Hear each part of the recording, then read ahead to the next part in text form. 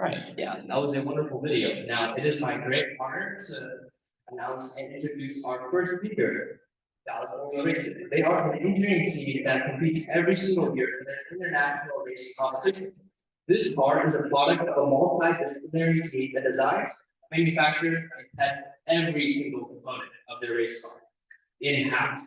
The team is recognized as a bridge to the professional world, and this is the success of many alumni now working with companies such as Tesla, Toyota, Honda, Apple, Lockheed Martin, and many more. Let's give it up for Dallas in the race.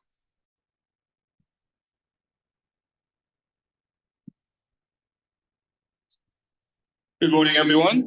Thank you for the warm introduction. Before we get started, I just want to shout out Ayan and his team for hosting us today, and Grapevine High School for hosting this event. So like we were introduced, we are Dallas Formula Racing. We are a student-led engineering organization from the University of Texas at Dallas, so not too far away, about 30 minutes. And I brought a few of my teammates here today to kind of introduce us and kind of show you guys what kind of engineering opportunities are available at the collegiate level.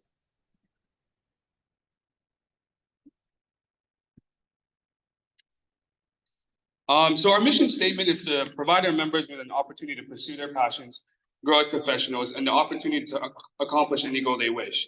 And the way that we do this is we build a vehicle that competes in Formula SAE.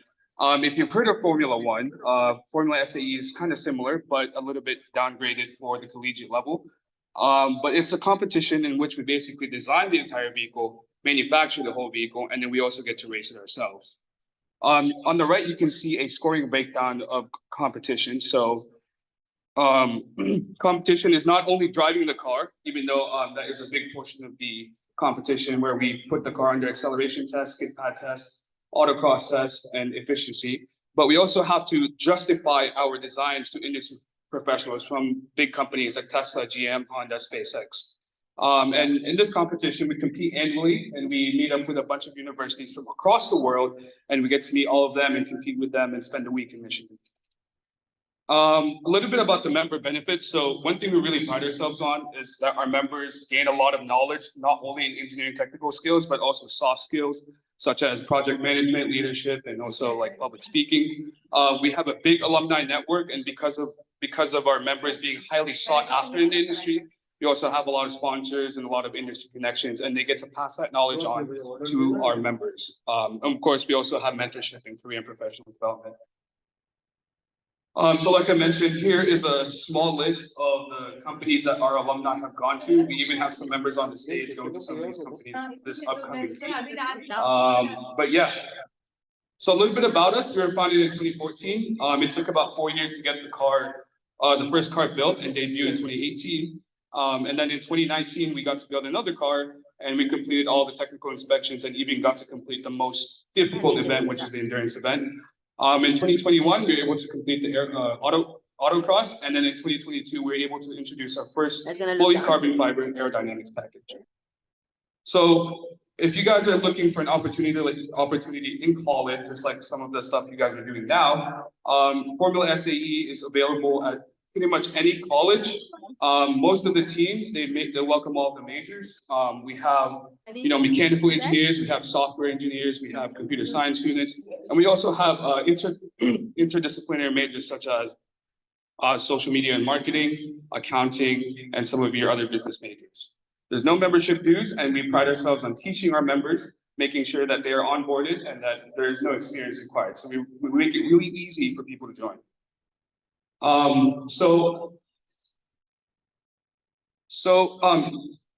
brought a couple of my members here. I could talk all day about this, but I think some of our members who work directly with the vehicle and design the vehicle would be better suited. So I'm going to introduce here Zir Sayin, our chief engineer.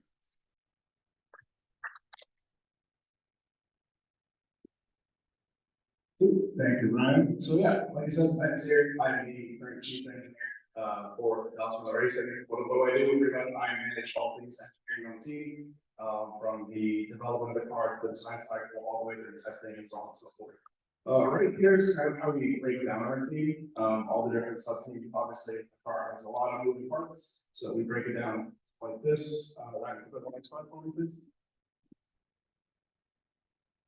Yeah, so now we'll get into our engineering teams. So aerodynamics, so we actually have our aerodynamics lead here. Ryan, our people.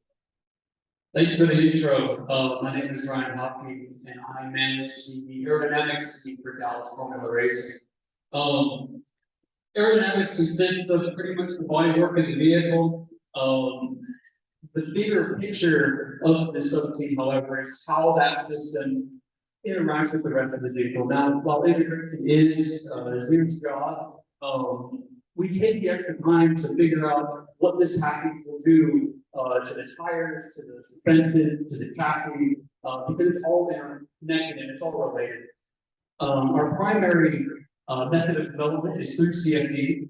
As we're able to develop more parts and get things closer to completion, we'll have physical testing available to us. But yeah, so we work with CFD. We work with a lot of supercomputers. We work with industry grade CAD software. So you can see here is a solution for the car in a cornering case. Cornering is why we need the arrow to go around corners faster. So naturally, that's the boundary conditions for our CFD.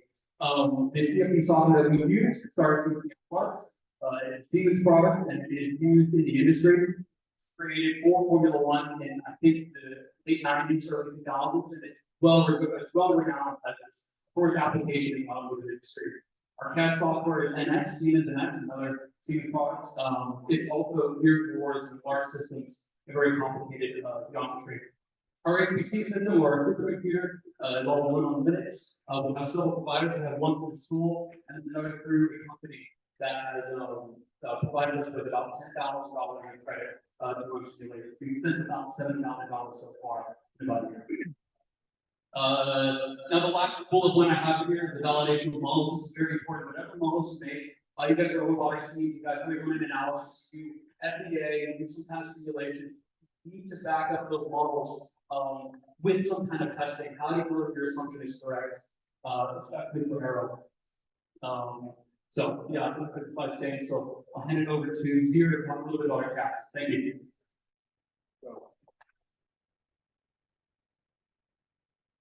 I'm the chief engineer, but I work primarily a lot with the chassis. Since, like Ryan said, I'm the system integrator and the chassis being the skeleton of the car. I work very closely with our chassis. We couldn't make it.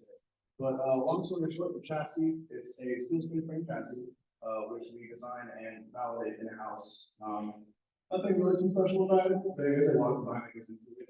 Obviously, like I said earlier, a lot of moving parts. So you got to figure out how to design a system that always in a very nice way. So packaging is a thing that we deal with a lot. How can we package all these systems together that will work nicely with each other and also work well in a racing environment? That's really all there is to the chassis.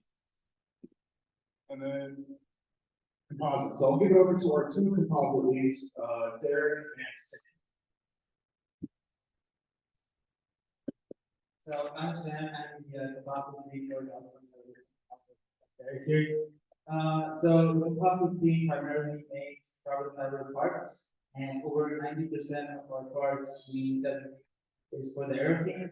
So we work closely with trying out the aerodynamics team to pretty much make sure that the designs they're coming up with are very adaptable to us.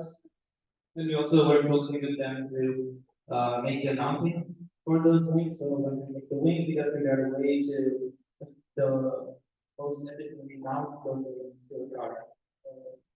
The reason we use carbon fiber is because it's extremely light, extremely strong. So when you make a race car, all you care about are ratios. Thanks to weight ratio for carbon fiber is very high. But obviously it does come with some cons. Carbon fiber is extremely complicated to manufacture. It takes a lot of time and it is quite expensive. So apart from the air package, we also make other parts for the car, like some body panels, but we primarily make the air package consists of the front wing, the rear wing, the elements, and then we would have secondary elements like the nose cone that you see here, and we also have side pods of the car which go over the radiator. So the the nose cone and the side pods are not necessarily designed for downforce, but they're just there to minimize the drag, just so the car can run through the air as efficiently as possible.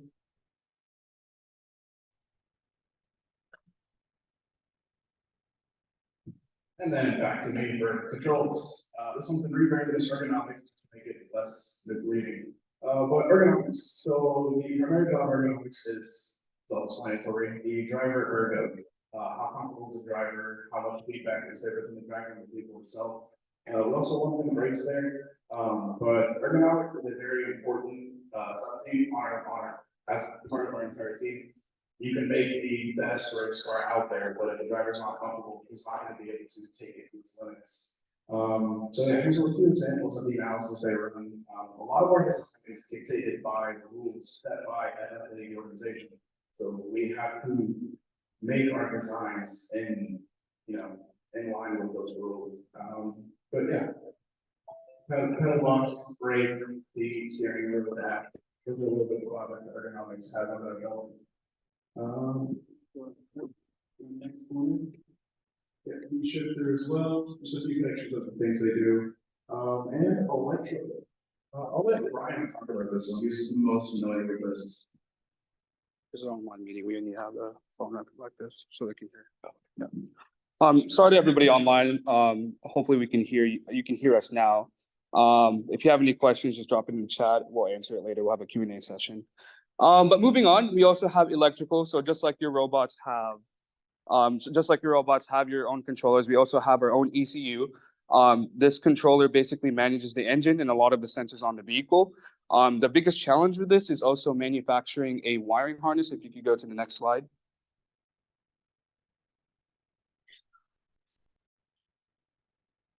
So the wiring harness also connects to different components like the dashboard. So if you see on the bottom right, our electrical lead is also in charge of managing all of the switches, managing all of the buttons that's seen on the dashboard, and also managing all of the connectors that go on the wiring harness.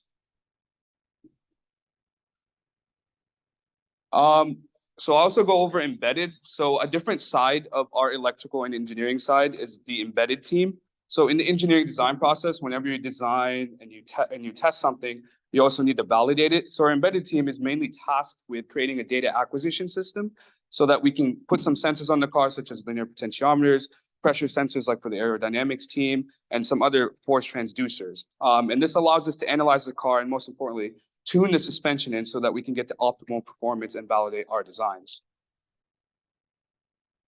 And we now have manufacturing, which I'll have Zir take over. Cool. Yeah, back to me again.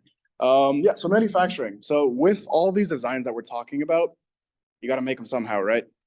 90% of the designs that we make, that we design, we also make them in-house. How do we do this? So UT Dallas has a machine shop that we are very lucky to have access to. And so we're using machinery such as CNC mills, lathes, water jetting, stuff like that, to manufacture all of our components. So here's a picture of our chassis being manufactured.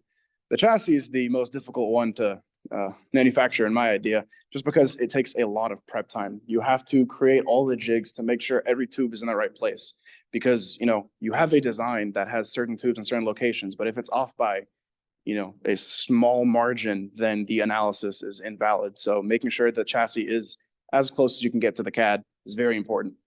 There's Nolan pointing at the camera. He's our current manufacturing lead. If you want to go to the next one. Software development. I'll pass it back to Ryan here for this one. So like I mentioned in the beginning of the presentation, our team is multidisciplinary. One of the places that we have is also software. Our software team right now manages the website, manages our wiki. We have like a little Wikipedia for the team to document everything and make sure that the next generation has all of the documentation and knowledge retention.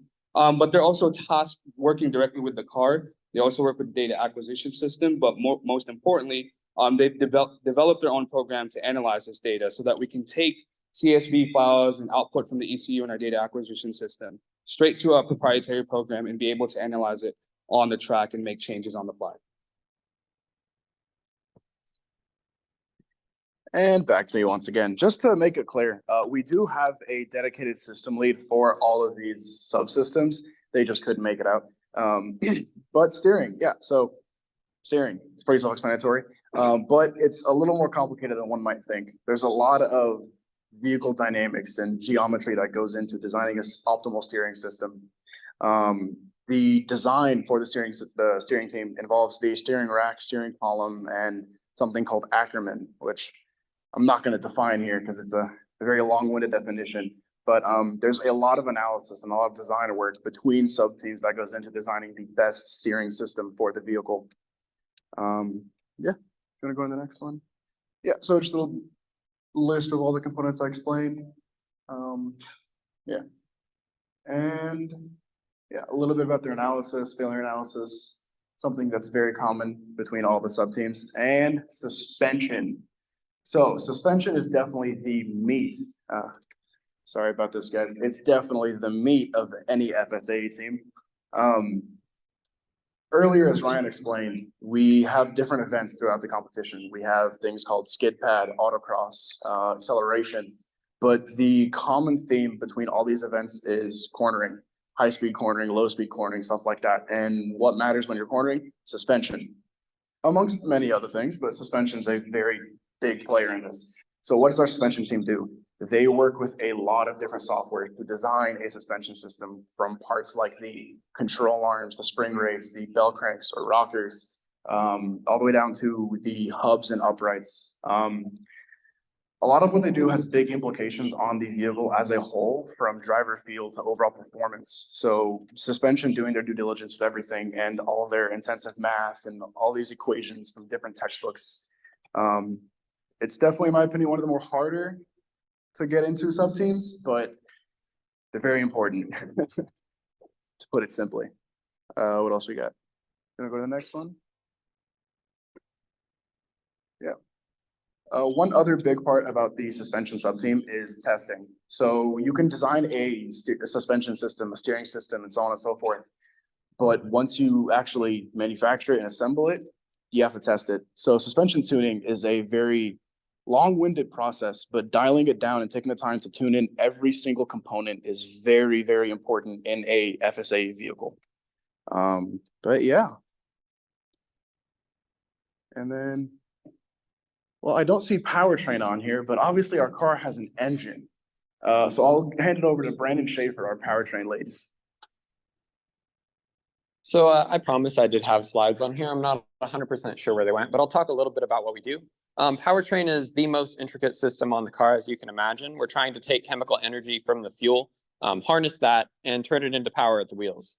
It sounds pretty simple, or maybe it doesn't, but there's a lot of systems that go into that. Of course, you've got intake and exhaust. You're trying to increase that volumetric efficiency. There's a million different ways to do that, a lot of equations, some that you could Google, maybe Helmholtz equation, Looney equation, where you're trying to keep those pressure waves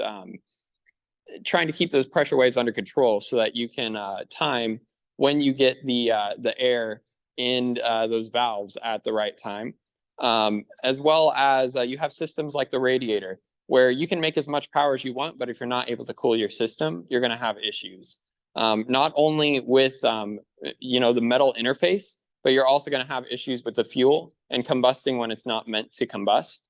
This goes further than just the powertrain as well. We're also in charge of the drivetrain. So that includes everything from the axles, the differential, which we run a limited slip differential that's Torsen style. There's a lot that goes into it, going from the whole engine being a air pump that's using fuel, putting torque through a chain into the differential, through the axles, into the wheels. There's a lot to do. We run most of our simulations through SolidWorks. They have a really good flow simulation. It's very simple, easy to use, and it gives you a general idea of what you're looking for. We also run our finite element analysis through that, kind of tell us what our forces are doing to those materials and whether they'll be able to withstand, and what our factor of safety is. So of course, you want to design it not only to face those forces, but to be able to face maybe twice, 3 times that force, depending on the how critical that part may be. So for the axles, for example, that's a pretty critical component. You're going to want like a 2-3 times factor of safety on something like that. Whereas other parts that aren't loaded super heavily, such as the intake, you don't have a whole lot stacked on top of that intake manifold. So you may not need as much of a factor of safety. So that's kind of it for powertrain. I'll keep it simple.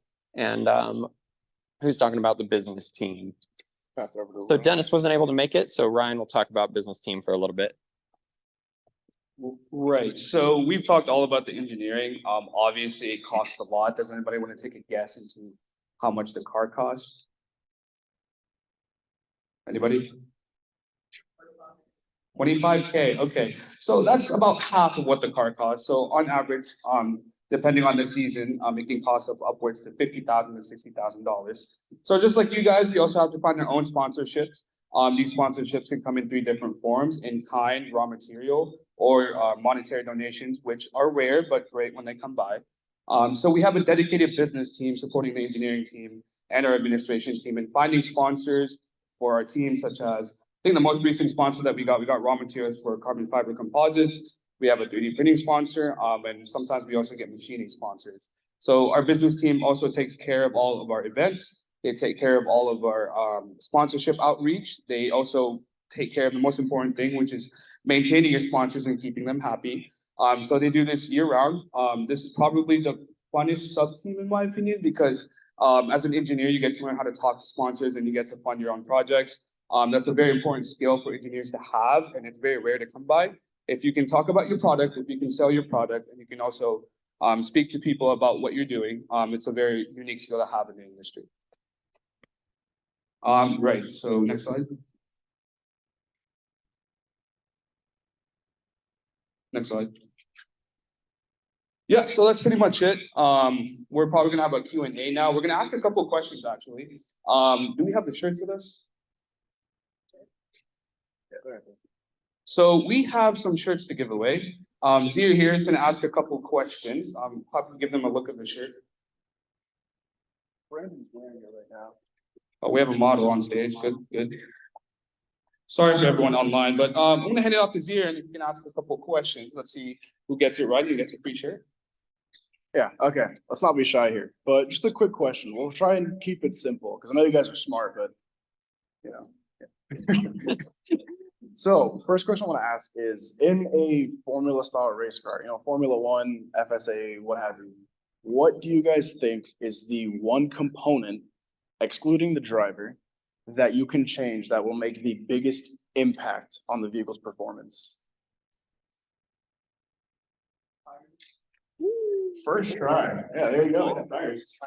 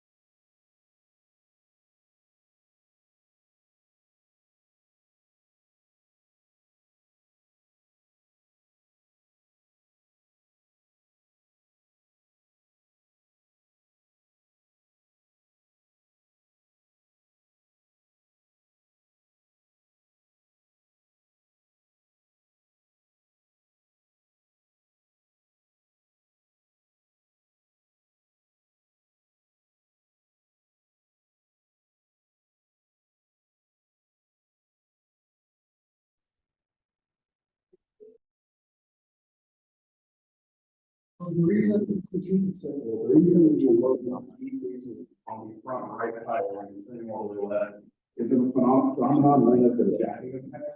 So when you turn left, it's that low that increases on the front right, and that's all the way to the back left tire. And that has a lot to do with suspension, Geometry, suspension, kinematics, and overall weight transfer. That's a subject known as vehicle dynamics, which is also the heart of any FSAE team. But yeah, thank you guys for answering those questions. Thank you for having us. Yeah, pass it back to Ryan real quick. So we have a couple of questions from the online chat. We're gonna take care of them first since they've had some technical difficulties. Ayan, go ahead and ask us a question and we'll answer it. Sure. So first off, how much does the car weigh? Okay, so how much does the car weigh?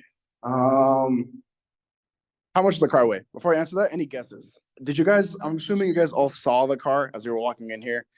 Any guesses on how much the car weighs? How much? 200? 500's pretty much there. We weighed in at about wet weight without the driver, 490, 498? Yeah, 250, yeah, 498 pounds. Believe it or not, that's on the heavier side for FSA vehicles. We are running an inline 4 engine, so granted there's some weight there. Hint, hint, nudge, nudge. But yeah, 498 pounds is the answer. So next up, what's the max speed of such cars? What is the max speed of our vehicle? So that's something I will let Brandon talk about actually. So as I was saying, we control everything from the engine all the way to the wheels, and that includes our gear ratios, which we change our final drive to prioritize acceleration because these tracks are very tight. They don't have a lot of straightaways, so you can't really get up to that top speed very quickly. So we gear it all the way for acceleration. So our top speed is only just shy of 100 miles an hour with all 6 gears. So that doesn't sound very impressive, but the thing that we're looking at is that we accelerate from 0 to 60 in somewhere between 2 and 3 seconds. So it's definitely not a slow car just because it doesn't drive at a high top speed. It's an exhilarating car to drive. It's different than any road car that you've ever experienced. But we don't prioritize top speed, so that's kind of a number we kind of swipe under the rug because it doesn't really have any importance to us. But that acceleration is really where we shine and what we focus on. So I hope that answers the question. Solid. The last question is, do you pass any safety tests to ensure it's safe to drive? Do we pass any safety tests to make sure we drive? First and foremost, let's remember, we're a bunch of college students making a race car that somebody like, where is he? Grant over there sits in and actually races. So yes, I touched on it a little bit earlier. There are many, many, many rules that we have to pass before we're even allowed to turn on our car when we're at competition. That ranges from rules based on how you design certain components, the chassis, for example, how certain tubes are aligned and stuff like that. What type of bolts you can use where, what type of fasteners you can use where, and how to use them. So yes, there are many rules that define pretty much every single aspect of the vehicle and how it runs. At the competition, the first step in the competition itself is something called the technical inspection. That's a 3-step process, which you pass SES, which is a structural equivalency spreadsheet, pretty much checks whether or not your chassis is within rules. Then you go to the main tech inspect. There's a term for it, but I forget what it is. And that's where they go one by one and make sure you're within every single rule. And then there's templates, which is just making sure your chassis is the right size. On top of that, we have things like egress testing. So our drivers have to be able to get to exit the vehicle under 5 seconds. 5 seconds. So they have 5 seconds to eject. Granted, they are in ours is a 7-point harness. So they're in a 7-point harness plus wrist straps, a helmet, a full-on race suit. They have, a steering wheel. They also have to wear fireproof socks. I always thought that was funny, but I don't know how comfortable they are. I'm not a driver, so yeah. But yeah, so many safety rules. All right, so that's all the questions from online. So thank you so much for Dallas Formula Racing for coming out. And for everyone in lunch, y'all can also get into the car and take some photos with it. So there will be a short demo during lunch, so you can look into that as well. Yeah. One more thing, I saw a question in the chat, someone was asking for a tour, if you guys are local, I'm pretty sure we have our email on the screen. Our email is dallasformularacing@gmail.com. If you guys wanna take a tour, or if you guys wanna just talk to us and ask us some questions, go ahead and feel free to shoot us an email, but thank you guys for listening today.